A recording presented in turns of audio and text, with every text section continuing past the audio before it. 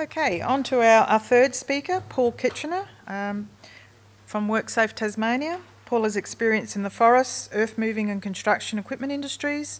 Paul joined WorkSafe in 2008, has been working in construction sector since 2014. Paul will talk about some of the issues inspectors deal with on construction sites, such as working at heights, including non-compliant scaffolding, safe use of EWPs, working near overhead and underground assets, shoring, benching of trenches. Thank you, Paul.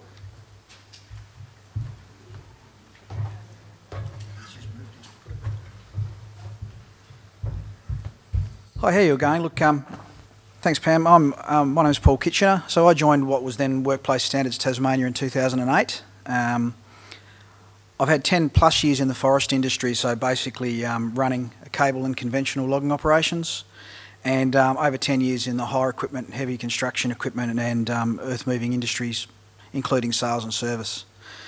I moved into the construction sector of WorkSafe in approximately 2014, but I wouldn't say we have construction inspectors. So I wouldn't call myself a construction inspector. We're all inspectors. However, if there was a construction-related incident or issue, certainly in our area, you'd more than likely see Steve Collins or Kate Nielsen or myself would be one of the three people that would normally turn up. But we work across a whole range of different industries. What I'd like to talk to you about today is the sorts of things that I find and other inspectors find when we go on to construction sites. On our webpage, which is worksafe.tas.gov.au, in the search box up the top, if you just put in construction, that'll give you a whole link to a whole heap of documents. Now, some of them will be familiar to you. So there's our guide, part A of our guide, and part B of our guide. So, has everybody seen these? Okay, anyone that hasn't? Okay. There's also a range of other guides which you can order. So there's our electrical assets guide. You can get these online or you can order them through our helpline. And there's a link to a whole heap of other documents which I'll talk about briefly, but there are a bunch of guidance notes, so guidance notes for using ladders safely, facilities on construction sites, and making house and construction sites secure against unauthorised public access. It's a whole heap of those, but there's a really important document on there which has been put on recently, a revised sample safe work method statement. Now, that's pretty much been developed by all the inspectors in the state that are involved in construction. Primarily Steve Collins and Terry Clark in the northwest, with input from pretty much everybody else. And it's a compromise document. It's not designed to be a be-all and end-all document. It's a guide to show you what a SWIMS, or what we think a SWIM should look like. So what we find is when we go onto a work site, by and large, most people are trying to do the right thing. They're trying to comply with our legislation and their legislative requirements. But what we do find is a whole range of non-compliance, and it's across all areas and across all size businesses. It's not just the little guys that aren't compliant. Sometimes it's the big guys. Mostly people are trying to do the right thing, but sometimes you'll find that you'll go to a site, the first thing is they haven't got a SWIMS, or if they do have a SWIMS, it's not on site. And then when they give it to you, when they can find it, it's 17 pages long and no one's read it. And one of the things it says in our legislation about a SWIMS is it needs to be easily understandable by the people that are using it. So if you wrote a SWIMS, or you got an expert or a consultant to write a SWIMS, if your guys can't understand it, what's the point of having it? There's no point it being 17 pages long, because they're not going to get to the end of it. They're just going to flick to it and sign. So that's one of the main things we find. So this sample safe work method statement, you really need to be able to get yourself in tune with what a safe work method statement is, what your guys need to be able to understand it, and try and make it as physically small as you possibly can. If you have problems with that, I mean, most of the bigger players have a designated safety officer. Some of the smaller operators don't have that luxury. We have an advisory service at WorkSafe. You've seen them, Cameron introduced them before. There's 4 of them in the room at the moment, and 3 of those guys that are in the room at the moment are ex-inspectors. 2 of those are 2 of the advisors we have are ex-construction inspectors. We have Tim and we have Les in Hobart. Tim was a big part of developing this sample safe work method statement. So if you get stuck on SWIMS, call the advisory service, get them to come out, get them to sit down with you and go through it and get them to explain to you what you can come up with that works for your workplace. So, a lot of the things that we find, I'll run through some of the things we find. This is the sort of stuff we'll come across on any work site, so whether it be a big player or a small player. We'll find issues with ladders, with accessing with ladders, use of ladders correctly. Only a place recently, two large construction companies in Tasmania doing a project together. Poor ladder access. Swims wasn't on site. The principal contractor didn't know what the swims for the other contractor said because they hadn't seen it. And it's not because they're trying to do the wrong thing. It's because they're getting themselves all excited about, look, let's get this stuff done and get this done, and we need to get someone to come in and do some work for us. So get them to come on site, and off they go. And that's when something happens. And you can nearly bet your bottom dollar that when you're doing the wrong thing, that's when one of us will walk in. And it's not because it's planned and pre-planned. This one particularly, we were at a site next door and we thought, didn't know that was happening, let's pop in and see what they're doing. Pair of legs sort of hanging out of a ceiling cavity, and thought, that's interesting. So it's not that we're there looking for the wrong thing, just when we turn up, you can nearly bet your bottom dollar you're doing the wrong thing at that stage. Some of the other things we find are site security. People just don't know what they need to do for site security. I was a little surprised when I first came back to Tasmania from the mainland that I worked in the hire industry in Queensland for 3 years, and one of my first jobs for the first 3 months I was there was putting up site security fencing. Somebody would get a domestic construction project, the first thing they'd do is they'd put up a site fence. I was surprised it wasn't happening here. I was surprised that people weren't putting site toilets on sites and providing amenities, because again, that was the norm. You'd load up a site toilet and a heap of fence panels and off you go and deliver it for them. So those sorts of things are surprising. You turn up and you don't find those things happening all the time, or not necessarily all that well. And we're not necessarily talking about fencing. So as I said, there's a guide. It's on our website. It's called Making Housing Construction Sites Secure Against Unauthorised Public Access. It's guidance note GN051. That's been developed by inspectors to give you some advice on what sort of things you should do. You don't need to have a fence, you just need to provide security, and you need to know when you need to provide security. So there's a guide on there which can help. Power lines or underground assets is another big issue. You turn up to a site, people are working a metre away from an overhead power line, and you say, where's your spotter? That's the first question normally. There's normally not a spotter. Secondly, they go, it's all right, we've got power safety systems rules training. And they're not working for Aurora, so they're not working on their asset, so power safety systems rules training is irrelevant. They don't have an apparatus interface statement agreement. That's 99% of the time people wouldn't have that. They think, we can work within 3 metres because we've done the power safety systems training. That is incorrect. Unless you're working for the network owner, you need to have an interface safety agreement to go inside 3 metres. Again, there's a guide, which I did hold up before, which is our guide to mobile plant near overhead underground electrical lines. Another big thing we find on a construction site every time is electrical safety, electrical testing and tagging. It's always out of date or it's not been done. People need to understand what their obligations are, and most people know what their obligations are, they just cut a corner. Problems with shoring, benching, battering of trenching is another big example of something that we'll see when we turn up to a site. People don't do that well.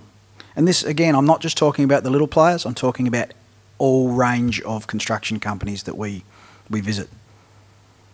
And I'm not talking about all of them all at the same time, but you'll go to one and they'll do it great this time, and next time you go, they won't. And it makes it very hard to understand. You think, why are you guys not doing it the same as last time? It's a bit of an issue. EWP use. People don't know where they're using their EWPs. They're using them near overhead power lines. Again, there's another issue with that. People don't know when they need a high-risk work licence to operate a boom-type elevated work platform. People then think, oh, I'm in a scissor lift, I must wear a harness. People don't understand then that they're in a boom lift unloading it from a truck and they don't wear a harness and they're in breach of legislation at this stage. So there's a whole heap of things that we find. And then there's the biggie. Every site that we go to with scaffolding, the scaffolding is wrong. It is assembled incorrectly. It doesn't matter who the company is, every time. There is something, and look, I am not an expert on scaffolding. I will not say that I can hold my hand up to be an expert, but if I can walk into a construction site, look at scaffolding and find 3 things wrong in the first minute, there's something seriously wrong with the scaffolding.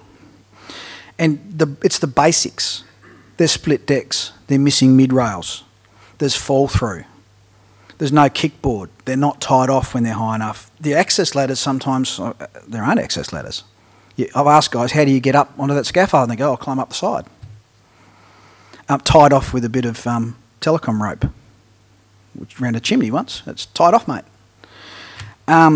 Sole plates, either not existent or on some legs, and then there's another one sitting in a nice pile of mud. So what do we do when we turn up to these sites? Do we jump up and down and throw our arms in the air? No, we don't.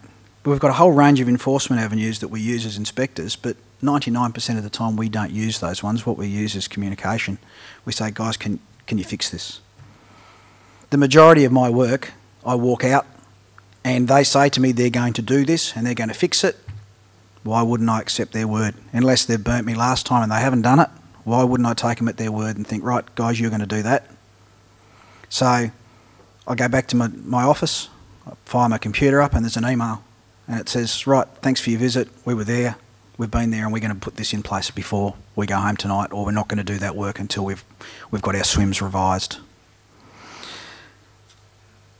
I've got an email from one of our Northwest Inspectorate, Senior Inspector Terry Clark. I'm sure he won't mind me mentioning his name on this, but he has a large problem with people managing the fall-through risk between trusses on residential construction sites. It's been a big issue. It's been something that, as an industry, people have struggled to understand. So I've got an email which I'm happy to share with people in the networking session afterwards and talk about some of the issues if that's something that that is of interest to you. But really, it's all about the fact that there needs to be 450 centres for fall-through. People don't get it. People argue about it, and I've got to admit, as inspectors, initially if there was able to be 3 views, we had 3 views. It took a lot of discussion and consultation before we agreed that, no, this is a code of practice, national code of practice, it says this is what you do. And then how do you go about doing those things practically? So if you'd like to catch up in the networking sessions, it's something I'd like to talk to you more fully about. It's not something I plan on going into now unless you really want me to and ask questions. So look, they're the things we see. And as I said, most of the time people want to go out there and fix it. I've got one last big thing I'd like to talk about. It's traffic management. So whether it's your traffic management on a road or traffic management in a construction site for your pedestrian traffic, again, it's something that's not done well, and Sam was talking about the challenges that they had at the Northwest Regional Hospital with getting people in and out of emergency, and I actually experienced that firsthand, taking a sick relative in. So it's a really complex issue, and it can be a really complex issue, and people are really trying to have a go at it and do it right. But people just aren't getting it right all the time. And it's when it's not right is when there's the potential for something more catastrophic. When you have an accident, it's never one thing. There's 3, 4, 5 contributing factors to accidents. They don't happen because there's one thing going on that's wrong. Does anyone have any questions? Firstly, I'll apologise if you went through something on swims while I was out of the room, okay. So forgive me if I go over old ground. But I'm interested in your position on swims and the length of swims, and this has come from a person who had about 10 years as systems manager, looked at rail safety accreditation in Tassie with the rail regulator, Office of Federal Safety Commissioner with the accreditation of the OFSC, all of the auditors from 4801, 9001, 14001. Now we have inspectors on our sites from the clients. Everyone that's got an opinion, everyone that's an expert, and a workforce that says, why are these swims 17 pages long? And they turn off after the first page. I mean, I'm a believer, and I had this discussion with one of the inspectors for the Office of Federal Safety Commissioner when it came in, and I was actually rapped with OFSC because their statement was, we're interested in what's going to injure, maim, health conditions, kill people. That's what we're interested in. That's what we need to flesh out on construction sites. Mobile plant, electricity, fall from heights, all those things that are the key serious injuries. We know slip, trips and falls and lifting and that in manual handling are a high incidence, but so is the building game. So is a lot of other things. It's in there, it's inherent. So I guess my question is, why do we have to, as contractors, we look at all the audit fodder, everyone's got an opinion, everyone's trying to find what's missing in the swim, and I think at the end of the day, we know that it's covered in waffle that doesn't let you clearly identify the 6 or 8 things that's going to hurt somebody in this activity. And you've also got to look at the perspective from the larger companies. We do the industry induction. We do the company induction. We do the site-specific induction. We then come down to the high-risk activities with the swims, etc. I can't see why you need to repeat a number of things in swims which have already been put up by the safety, industry induction, company induction, all those places where we can highlight the major risks of the project in overhead wires and the southern end, all that goes in the induction. So I'm interested on your thoughts on a short, sharp, get to the point swim that workers can understand, be involved in, which they are, but they obviously turn off when everyone comes along and wants to pick something that's missing and it's not really the main game, and they should have already been inducted and trained because they're on a construction site. It's like, housekeeping for slips, trips and falls. You shouldn't have to put that in a swim. Unless it's inherent risk, like manual handling, if you are doing manual handling and that is the task, that the whole job is manual handling, well obviously you focus on manual handling, but you don't have to put it into everything else. So why are swims, why are people dragging us into very long swims when I think they're missing the point? Look, we had Tim's just actually gone out of the room. It's a shame. I'd like to get his input on this as well, but Tim was one of the inspectors involved with coming up with our sample swims, and I can probably say that the swims that Tim and Terry wanted from the northwest coast and what we came up with in the north and what the south wanted were all different, right? We all came up with a collaborative document in the end, and it's a compromise. I would like a swims to be 2 pages long. I don't see why it has to be longer than 2 pages. And to give an example, and hopefully Sam won't mind me bringing her into this, but Sam's from Meander Valley Council. We had some dealings with Meander Valley Council over some general issues. One inspector that was with me had an idea about how to go about doing the swims. I had a different idea, and Sam had a completely different idea as well, and they all work. So there's multiple ways we can deal with swims, but to get them small, my view would be that, let's say you've got a job of shoulder grading, and that's all the guy does is road maintenance. So all he does, works for a council, and he does road maintenance on a grader. So do you need his whole step of what he does every day in the swims? No, that's grader operating. The guy's been operating a grader for 30 years, so that's grader operating. But what you do say is, what's his job? There, refer to safe operating procedure or safe work procedure or operation practice for grader. The next thing is traffic management. What traffic management plan are you going to use? In his, he's got quite a very basic traffic management plan he uses. He uses one that works 99.9% of the time. So you refer to that traffic management plan. They're pretty much the 2 things he does. He does shoulder grading and he's got a traffic management plan. He doesn't do any manual handling. He doesn't do many other things, so they're not on there. That's a real simple swims. Does it need the risk matrix on it? Yeah, if you're tendering for a big project, you've got to put a risk matrix on there. But your guys out in the field don't want to see the risk matrix. And if they do, one place I went to, which I won't mention who they were, but they had 2 swims, one for the workers, one for them, and theirs had a complex risk matrix in it with a whole heap of numbers and scores. And the one they gave to the workers had extreme, high, medium, moderate, low risks. Well, why don't you just use one? Or why don't you put it on the back page if you don't want your workers to use it? Because they're not going to look at it. They don't care. They want to know that you've identified it and controlled it. So yes, look, simplistically, my view is they should be small. Some other inspectors wanted ours to be a bit bigger, and at the end of the day, we decided we're not doing the work. We're not your safety consultant. This is an idea of how swims maybe should look. Does that answer your question? Yeah, thanks a lot for that.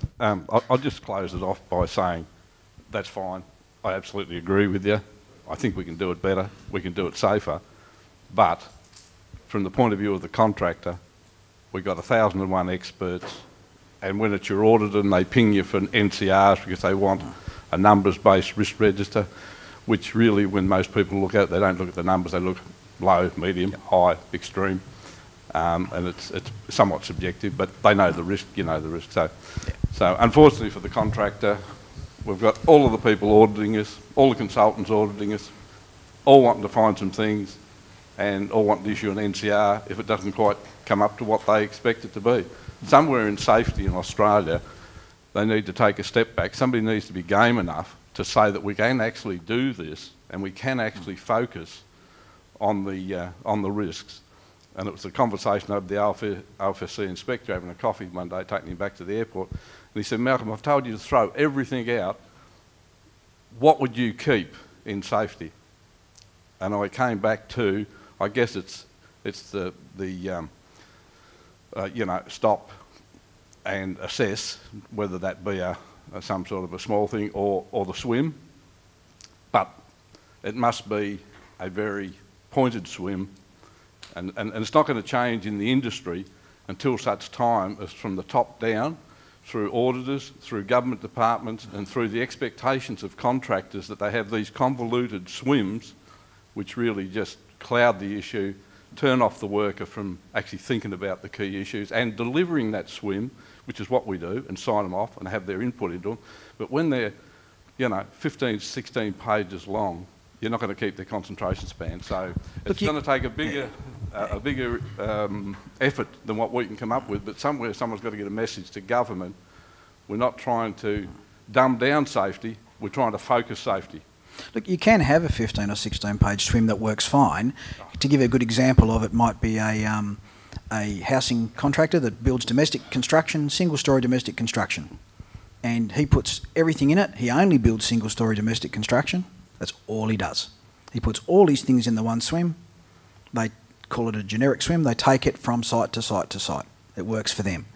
But when you've got a 16 or 17 page swims for lifting a pipe up and putting it into a trench, You've got a problem. It's far too much information and people just aren't going to read it. We used to have a 21 page JSCA, which was a project JSCA. It was basically the swim for the project, and that's what you're talking about with the housing contractor. It's really, it's an adjunct to his safety management plan for the whole of his risk, for the whole of his job. But somehow that hasn't been able to be let go of in terms of major contractors and construction sites, bigger construction sites. I can understand it for a housing contractor, and it's fine, it's a good way to go. But when, as you say, when for the high risk activity, it becomes the expectation that every high risk activity, if you haven't got many there, you haven't thought of enough. So that's a problem. Look, and going back to the grader operator, I came across him some stage later. Probably be fair to say that he's an older guy and he's fairly reluctant to be involved in the paperwork. I don't need all this damn paperwork. And I turned up to another job that he was working on some months later as part of a crew. I said to the guy that I first spoke to, who's in charge? He goes, the guy on the grader. I said, tell him to come down. He said, what do you want when he got out of the grader? I said, I want to know what's in your swims. I want to know what's on page 3 of your swims. He said, I don't know what's on page 3, but I can tell you the things that are in it. And he rattled off, this is in it, this is in it, this is in it, this is in it. So once you've got something small, something succinct, people use it. you turn it into a great big document, people just aren't going to use it. Are there any other questions? There's one up over here. Well, I'm interested in your comment about traffic management. Very big issue, I believe, and interested in your view as regards to we spend a lot of time and money putting in traffic management signs, restrict the speed to 40 kilometres per hour, and during the recent floods we put up signs, road closed. But the majority of the public, or some members of the general public, either can't read or want to take the risk of going through. In a lot of the roadworks, of course, we are restricting the speed to protect our workers, but they don't seem to do it. How do you think we can fix it? That's a big question. Okay, that's a very big, tough question that is going to take a long time to answer or not get answered. It needs to be a campaign that's, and look, I understand groups like Legat are interested in this sort of stuff. Tas Police are interested in this sort of thing as well. What we need is something that actually gets past that. You're never going to stop the person that just isn't going to take any notice of that sign. And they're out there, unfortunately. You're never going to stop those people no matter what you do. But, look, sometimes it's because the signs are out, and they're out for far too long, and they're out for weekends, and they're just there. And people just tend not to notice them. And look, an accident that I went to in relation to traffic management, the signs were out, had been out for a week. There's another circumstance where I actually rang State Growth and said, pull your signs down. Because they've been out for 2 weeks saying no lines, but there's lines. I understand you took the thermoplastic off, but I can see the white lines underneath. You've reduced the speed to 60. Everyone's overtaking me. Trucks, concrete mixers. I'm the only one doing 60 apart from the police car. He's doing 60. But the other way, coming back into town, where it's quite safe for you to drive and you haven't reduced the speed limit, I can't see the lines on that because they're worn off the road. They had those signs pulled down that afternoon. So things like that, people then ignore them. When they've been up for too long, people ignore them, and then you start to... It's like back alarms. They go beep, beep, beep, until a while, all of a sudden you just don't notice the back alarm's going beep anymore. So you walk in front of it or walk behind it and it runs over you. That's a problem with traffic management. It's not the problem, but it is a problem. Workers Task Force, sorry, that's working as well. So who was that asked the question about? Oh, I'll come and give you some details after if you like and see if they can help you out at all. Yep. Aussie Dukeson's involved with that? Yeah, Aussie Dukeson from Launceston City Council was one of the sort of prime runners, and you're on it as well, Sam, and there's, I know Gavin... you're not on it? No. We were through the North West Safety Group and kind of Okay. news, but we're not actually on the task force. Yeah, I know Gavin from Clarence City Council was on it, probably still is on it, so there's a number of people that are. It's something that probably we need to think more strongly about and get more information out there to the general public as to the risks. I think one state had one of the mainland states had some signs up at the start of roadwork with a picture of a little kid saying, make sure my daddy comes home safe. So there's all sorts of ways around it, but at the end of the day, it's just trying to get the message out to everybody in the community that these guys are working, the signs are there for a reason. That means getting rid of them when there's no reason. Any other questions? Okay, thank you very much.